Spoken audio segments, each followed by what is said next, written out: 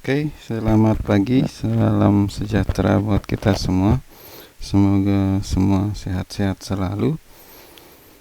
Hari ini kita akan mempelajari sebuah notasi, sebuah cara menuliskan suatu keadaan, suatu proses yang ada di kuantum dengan menggunakan notasi Dirac. Jadi notasi Dirac ini dibahas secara khusus di buku saya karena itu akan mempermudah dalam menuliskan dan juga secara elegan dalam merepresentasikan suatu proses yang ada di kuantum. Baik, jadi pertama kita kembali lagi, kita ulang kembali apa yang kita sudah pelajari sebelumnya. Umpamanya kita punya suatu sistem, tentunya ini adalah sistem kuantum. Jadi sistem kuantum. Jadi di dalam sistem ini yang kita sudah pelajari sebelumnya bahwa sistem ini direpresentasikan dengan suatu fungsi gelombang. Oke, jadi umpamanya di sistem ini juga punya evolusi berubah terhadap waktu, itu direpresentasikan dengan suatu persamaan gelombang, yaitu persamaan Schrödinger.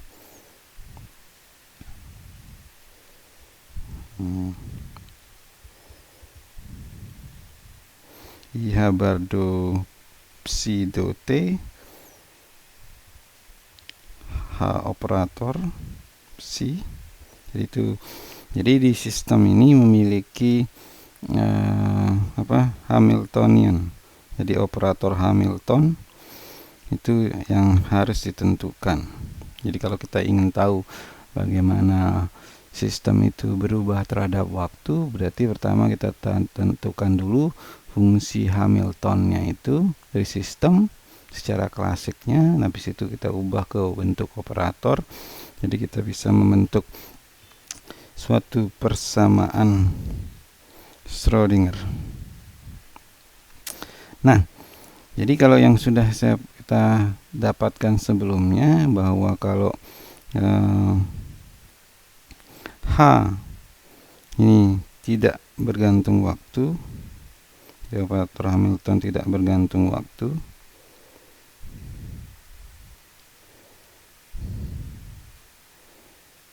itu H tidak bergantung waktu. Nanti kita bisa dapatkan bahwa persamaan Schrödinger, kita bisa mendapatkan suatu persamaan Schrödinger yang tidak bergantung waktu seperti ini. Ini adalah persamaan Schrödinger yang tidak bergantung waktu. Nah, dari situ kita bisa dapatkan ini adalah persamaan Eigen.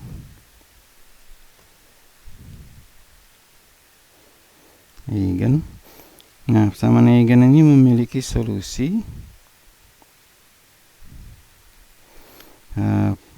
fungsi Eigen dan nilai Eigen, fungsi Eigennya yang ke n, dan nilai Eigen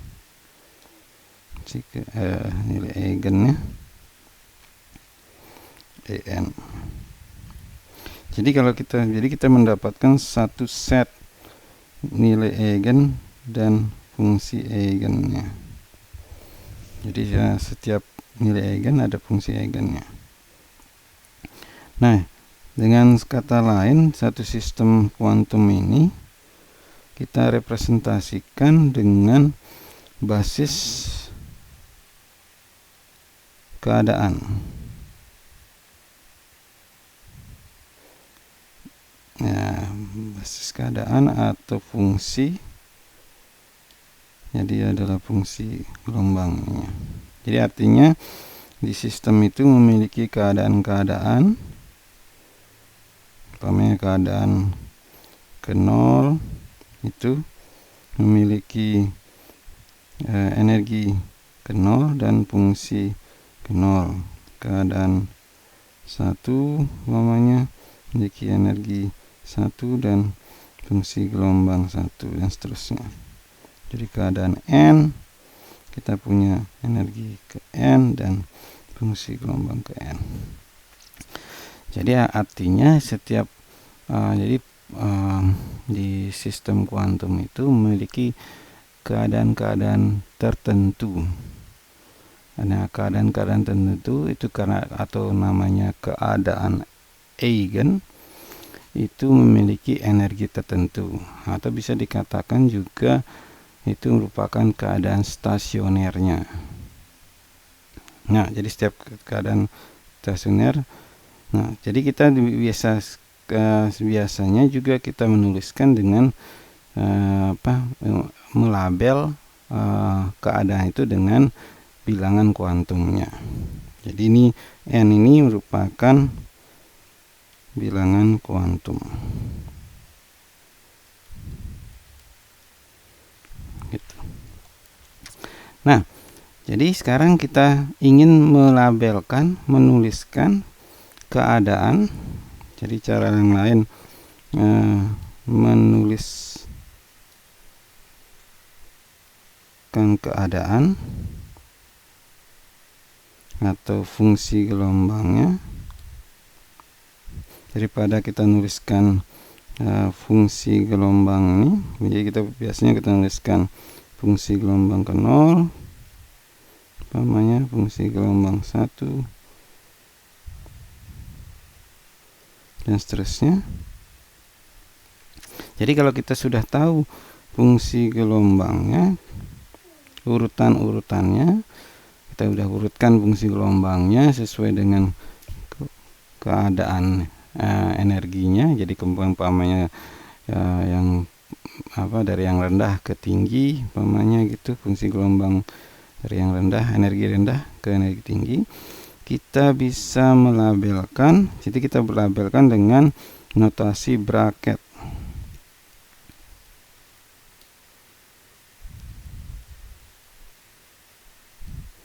Nah, notasi bra dan ket. Jadi kita merepresentasikan fungsi keadaan psi 0 dengan kita menuliskan umpamanya yang ke 0. Jadi ini kita menggunakan suatu notasi bracket. Jadi ini ada garis dan lebih besar. Nah, dan seterusnya juga yang psi gelombang ke 0 ke 1 dan seterusnya sampai ke N umpamanya. Jadi kita memberikan namanya ada tanda cat ini. Jadi garis dan ini kita berisikan suatu keadaan cat. Ini keadaan cat.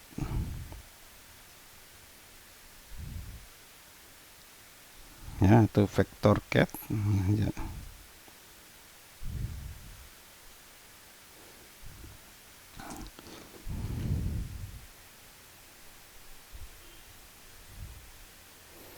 Jadi kita punya keadaan cat, dan satu lagi kita punya yang keadaan bra, yang kebalikannya, mirrornya atau cerminannya.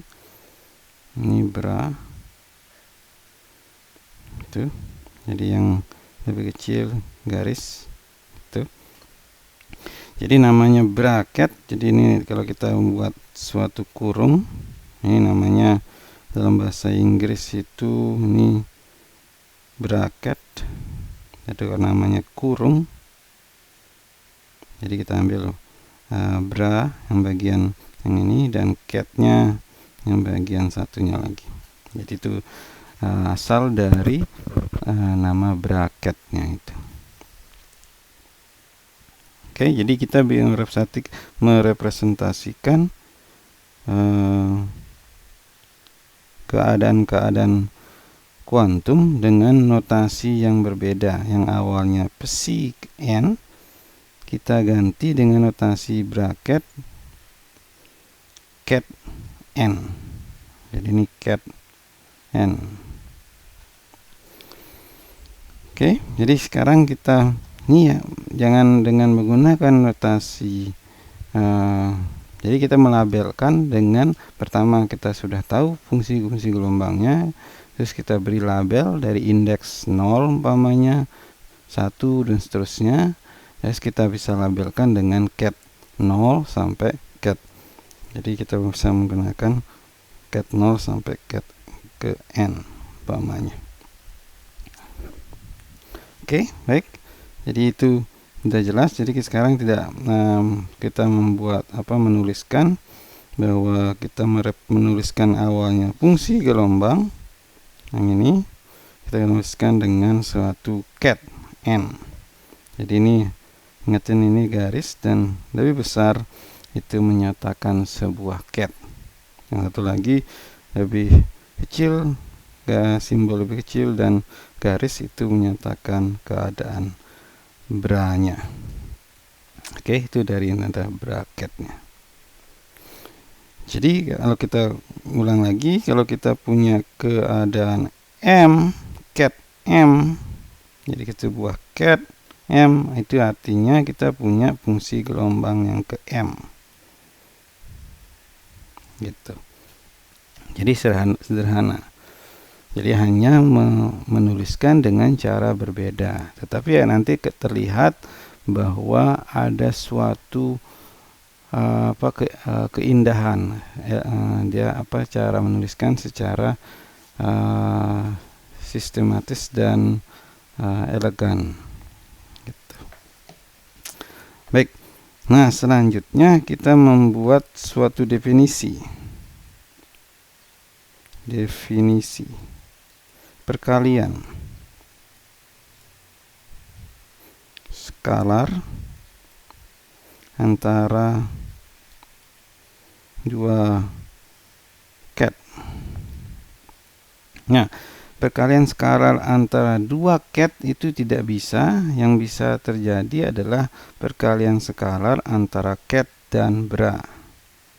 Jadi kita ubah dulu, umpamanya kita punya cat m ingin kita kalikan dengan cat n gitu. Jadi perkalian skalarnya berarti kita harus ubah dulu, ini ubah ke bra.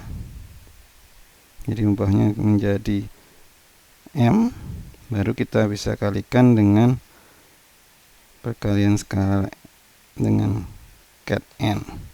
Nah, jadi kita ingat bahwa cat ini berhubungan dengan fungsi gelombang. Jadi kalau kita lihat di sini, berarti kita harus ubah dulu. Jadi kita definisikan bahwa perkalian skalar cat m dan cat n, jadi kita ubah ke bra dan ke cat, jadi lengkap bracket. Ini merupakan suatu definisi berupa integral fungsi gelombang m konjugat fungsi gelombang n D3R. Jadi ini definisi untuk perkalian skalar antara bra m dan cat n. Jadi umpamanya kita mau perkalian skalar antara cat m dan cat n, berarti kita ubah dulu seperti tadi, yang m cat m diubah ke bra m, baru bisa dikalikan. Atau dengan kata lain kita bisa yang bra m ini berhubungan dengan konjugat. Tuh. Jadi artinya notasi Dirac ini menuliskan secara rinci detail bahwa yang ada proses konjugasi di situ. Jadi itu. Oke. Jadi yang perlu diingat bahwa kita punya perkalian skalar antara dua bra dan cat. Jadi bracket. Nah, sebenarnya di sini kita membuat notasi, sebenarnya kalau kita nuliskan karena m ini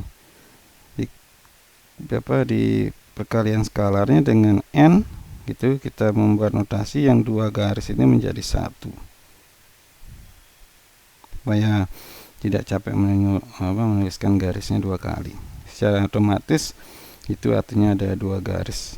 Jadi kita melakukan perkalian skalar antara bra M dan cat N. Oke, baik. Jadi sederhana kan? Jadi pertama kita menuliskan fungsi gelombang dengan cara berbeda, sekarang dengan menggunakan cat dan bra. Kemudian kita menuliskan perkalian skalar, menuliskan definisi dari perkalian skalar dengan integral psi M dan juga psi N diintegralkan ke volume ini. Baik. Oke. Nah, jadi sekarang kita belum tahu bagaimana cara umpamanya kita udah mengubah dari bra ke cat ke bra atau bra ke catnya. Jadi pertama sebelum kita ingin ini, kita lihat dulu. Jadi umpamanya sekarang jadi sudah terlihat bahwa yang M N itu sama dengan integral si M si N D3 R itu. Nah, kalau kita tukar, kita konjugatkan, apa yang terjadi? Ini yang M konjugat tidak berubah, konjugat berubah, ini menjadi konjugatnya. Mungkin saya tuliskan dah biar jelas.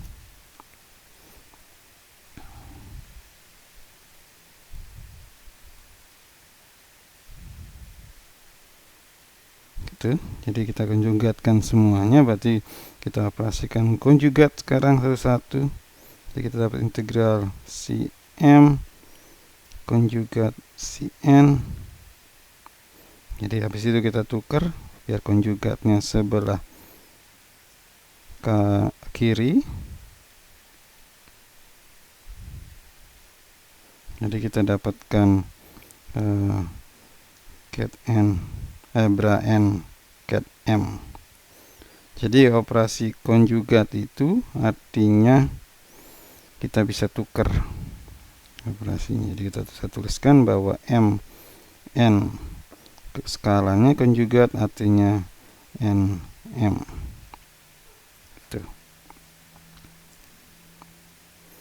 Oke, jadi dengan konjugat, operasi konjugat pada perkalian skalar menghasilkan kebalikannya. Oke, baik. Jadi beberapa sudah dari hal yang konsep definisi perkalian skalar, kita bisa dapatkan identitas untuk konjugatnya. Oke, baik. Nah, selanjutnya sekarang kita ingin tahu, umpamanya sekarang kita merepresentasikan suatu fungsi gelombang, umpamanya ada sistem. Di sistem ini hanya ada dua keadaan, cat 1 dan cat 2 umpamanya gitu. Umpamanya di sistem ini hanya ada dua keadaan, yaitu keadaan 1 dan keadaan 2. Jadi sistemnya hanya dua keadaan umpamanya. Jadi kita mengenal dalam fisika kuantum namanya konsep superposisi. Jadi ini yang konsep penting yang sudah dipelajari dari awal. Nah, superposisi menyatakan kalau kita punya keadaan apa saja yang ada di sistem, cat psi yang lain itu merupakan gabungan dari cat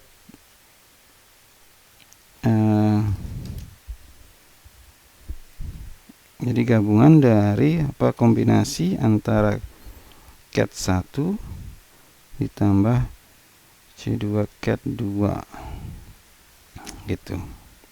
Jadi kita punya kan sifat superposisi, berarti keadaan apa saja yang ada di sistem merupakan kombinasi antara cat 1 dan cat 2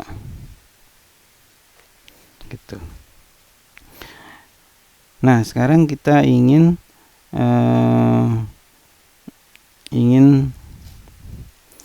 ingin tahu.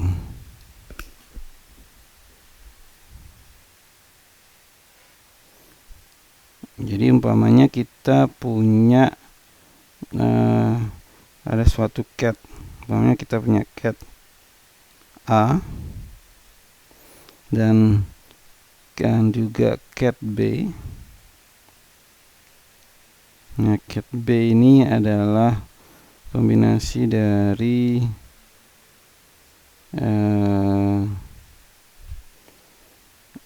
alfa plus beta 2, jadi alfa cat 1 plus beta cat 2 gitu. Nah, sekarang kita coba kita kalikan skalar dengan A, berarti kita kalikan skalar dengan cat A, jadi bra A dikalikan skalar dengan cat B akan menghasilkan, jadi kita A itu alfa 1 beta cat 2 itu, jadi kita kalikan biasa, berarti kita dapat alfa A 1 plus beta bra A kali dengan cat 2, umpamanya seperti itu.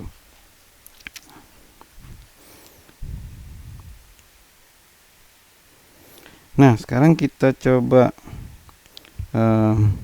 konjugatkan. Kita balik prosesnya itu. Jadi B A, berarti sudah kita tahu dengan menggunakan bahwa kalau kita tukar bra dan catnya akan menghasilkan konjugatnya. Jadi kita konjugatkan ini alfa konjugat beta konjugat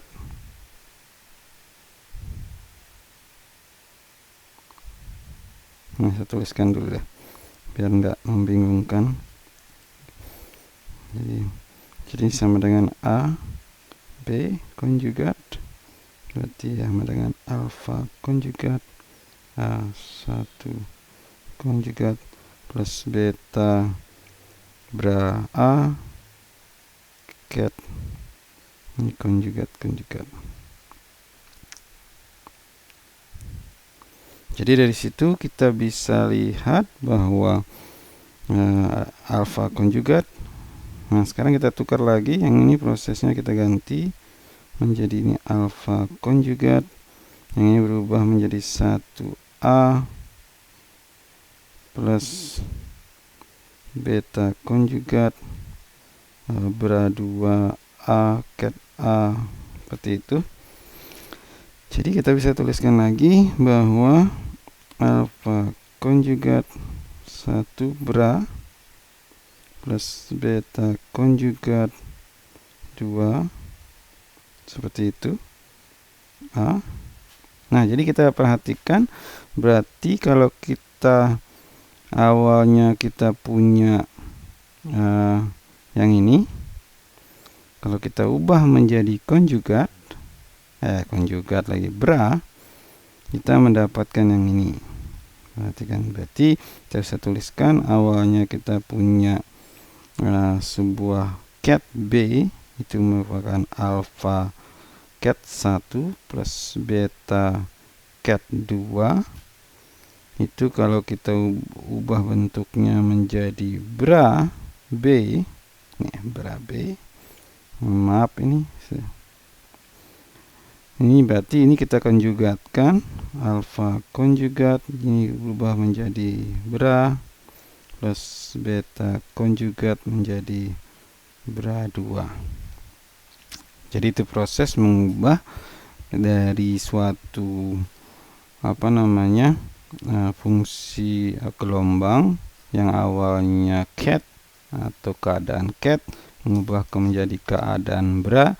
Itu tinggal mengganti yang awalnya koefisiennya real, bukan real, alfa umpamanya, itu diubah menjadi konjugatnya. Jadi secara ringkas, kalau kita punya fungsi gelombang apa saja, umpamanya kita punya keadaan yang banyak, jadi umpamanya Cnn, jadi ada n sama dengan 1 umpamanya sampai hingga, nanti kita ubah menjadi bra psi, itu sama juga jumlah dari semua keadaan, tapi keadaan branya konjugatnya yang oke, jelas. Jadi ini proses mengubah dari suatu ket menjadi suatu keadaan bra. Oke, nah selanjutnya kita punya proses namanya normalisasi, bahwa panjang dari vektor itu pada keadaan, berarti B perkalian skalar B dengan B itu sama dengan 1. Itu berarti kalau kita lihat sini, kita menghasilkan, oke, jadi kita lihat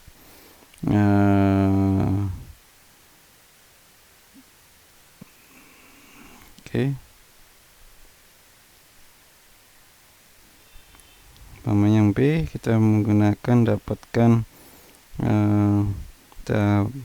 alfa. Ini dulu kita tuliskan beranya, terus beta konjugat bra 2 kalikan dengan alfa ket 1 plus beta ket 2 ini. Nah, kita kalikan satu-satu, dan kita juga menyatakan bahwa dua keadaan ini, yang ini udah punya sifat basisnya, basis ketnya,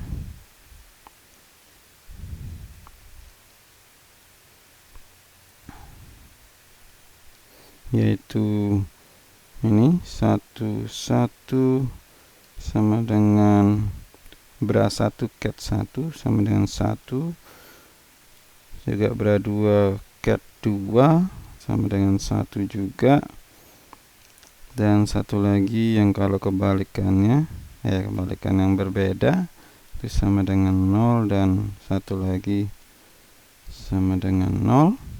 Jadi kita gunakan sifat dari basisnya atau namanya ortonormal.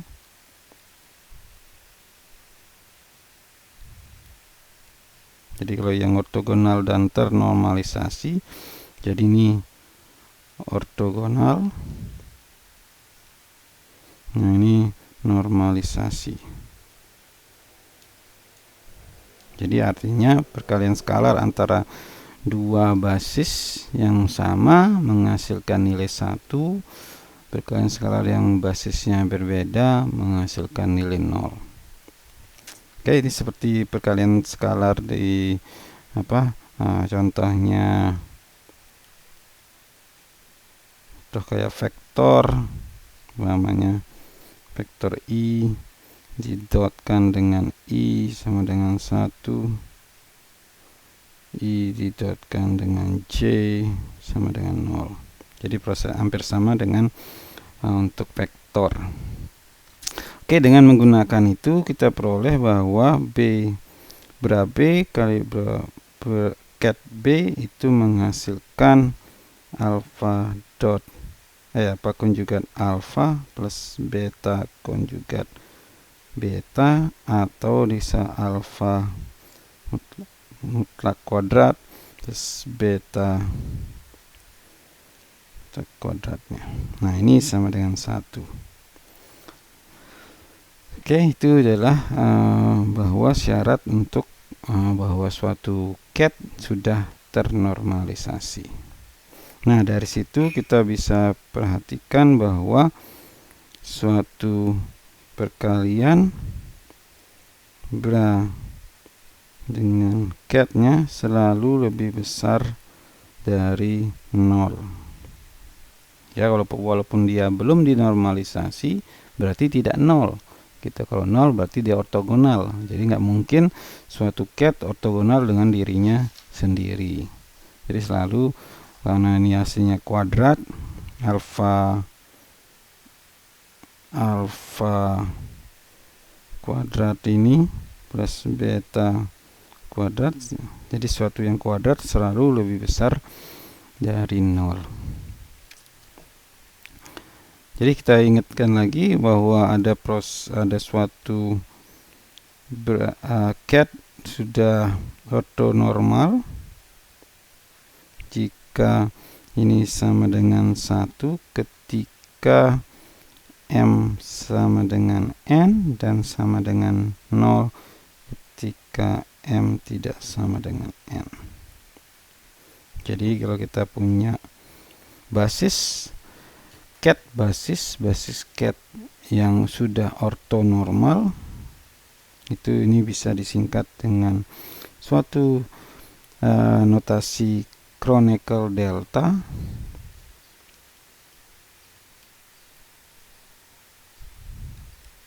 Delta Kronecker gitu.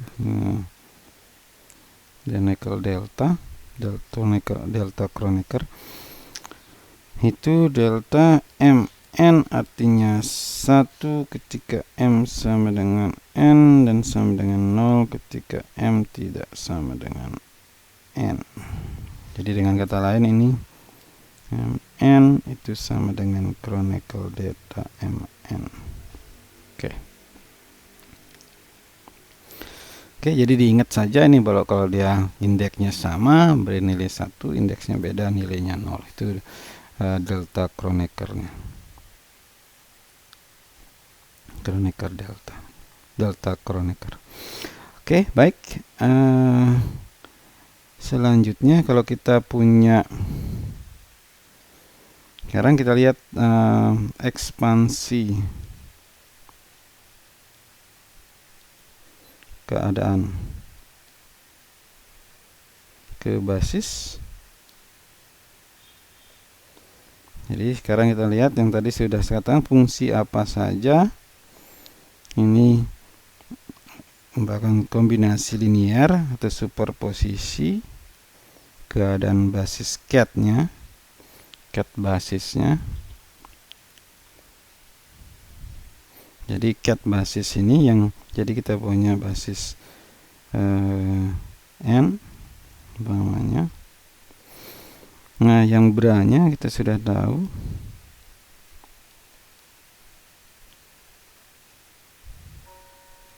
Konjugatnya. Nah, berarti kita bisa dapatkan bahwa bra N ini menghasilkan hal yang sama seperti tadi. Itu jumlah dari Cn kuadratnya.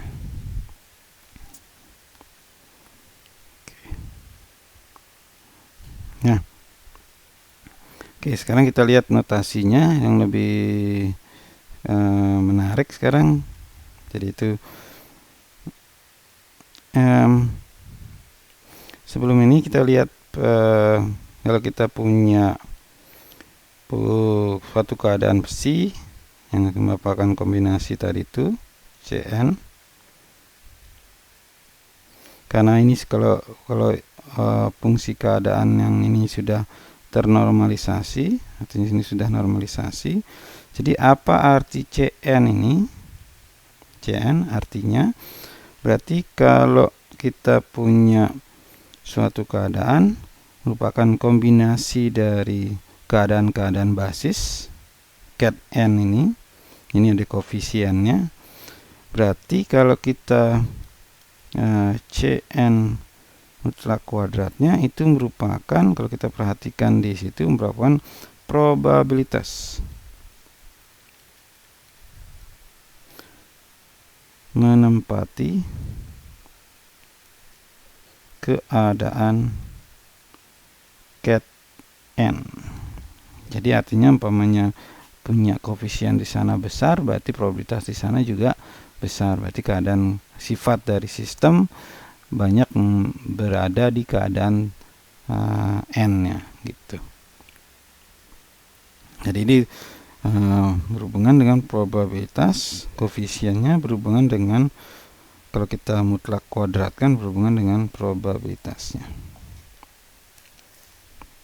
Oke, sekarang kita cara menuliskan secara elegan dengan menggunakan notasi Dirac. Jadi tadi ekspansi fungsi gelombang apa saja merupakan kombinasi linear dari basis ket basis n. Jadi ingat, n ini adalah ket basisnya. Oke. Nah, sekarang berarti kalau kita kalikan suatu fungsi ket psi ini dengan bra m, apa yang kita peroleh dengan basis yang lain, yang ke m, bukan basis yang lain tapi fungsi gelombang pada basis itu yang ke m, itu ket ke m. Jadi kita dapatkan ini gitu.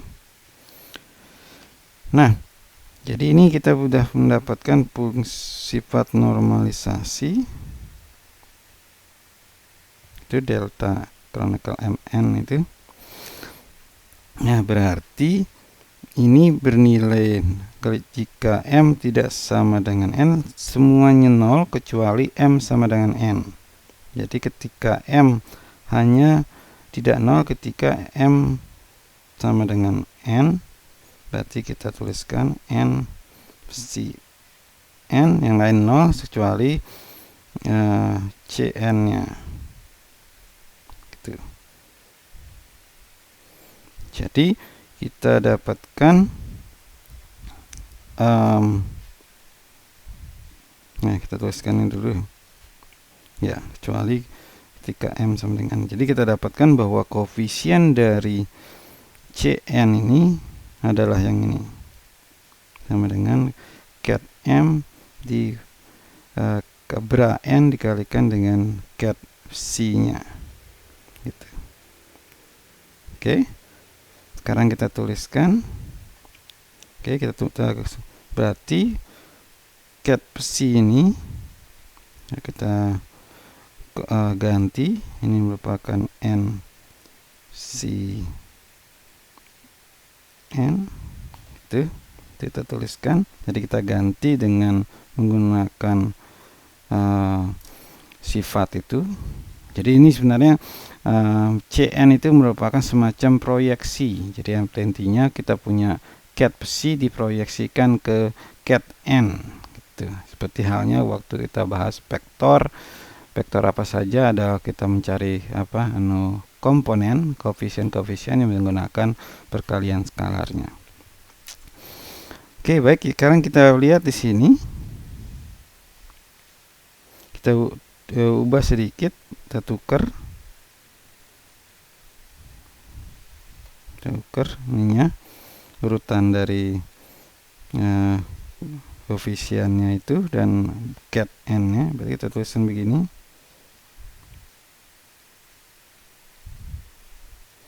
Oke. Jadi ini kita lihat bahwa kita punya suatu operasi. Jadi kalau kita lihat sini, ini suatu yang elegan menurut saya.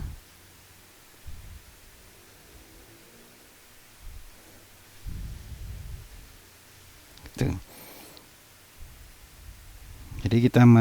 Jadi yang awalnya kita ini semacam suatu operator identitas. Jadi ini yang awalnya berarti kita operasikan lagi jadi operasi identitas, tetapi pada basis yang berbeda gitu. Jadi itu suatu ininya. Nah, sama juga kalau kita buatkan yang bra, ya ini yang ket. Sekarang kalau yang bra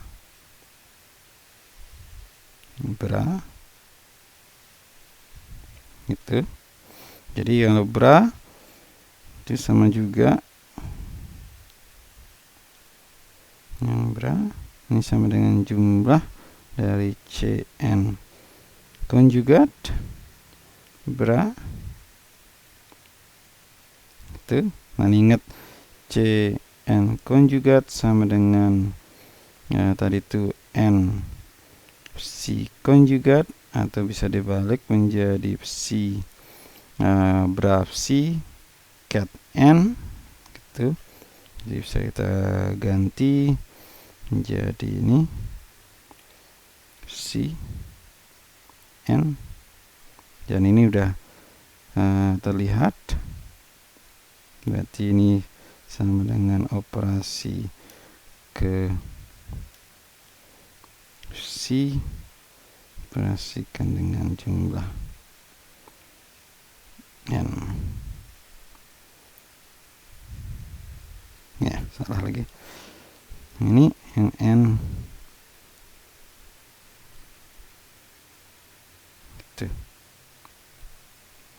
Jadi menarik kan ya. Jadi kalau kita sudah cara menuliskannya itu sederhana. Jadi kita lihat sini, jadi prosesnya tinggal kita operasikan dengan suatu operator semacam operator identitas atau proyeksi. Oke, jadi kita memproyeksikan jadi pada basis yang berbeda. Jadi kita menuliskan seperti tadi, jadi kita bisa menuliskan seperti ini. Kalau kita ingin suatu cat psi, jadi kita memproyeksikan pada basis N ini. Jadi ini operator proyeksinya, proyeksi fungsi cat psi pada N diproyeksikan, terus kita jumlahkan semua proyeksinya itu gitu. Oke, baik, mungkin sampai di situ dulu untuk ke bagian ini. Nanti dilanjutkan untuk bagian representasi matriks dan vektor pada video selanjutnya. Semoga sehat-sehat selalu dan semoga semangat belajar. Terima kasih. Sampai jumpa.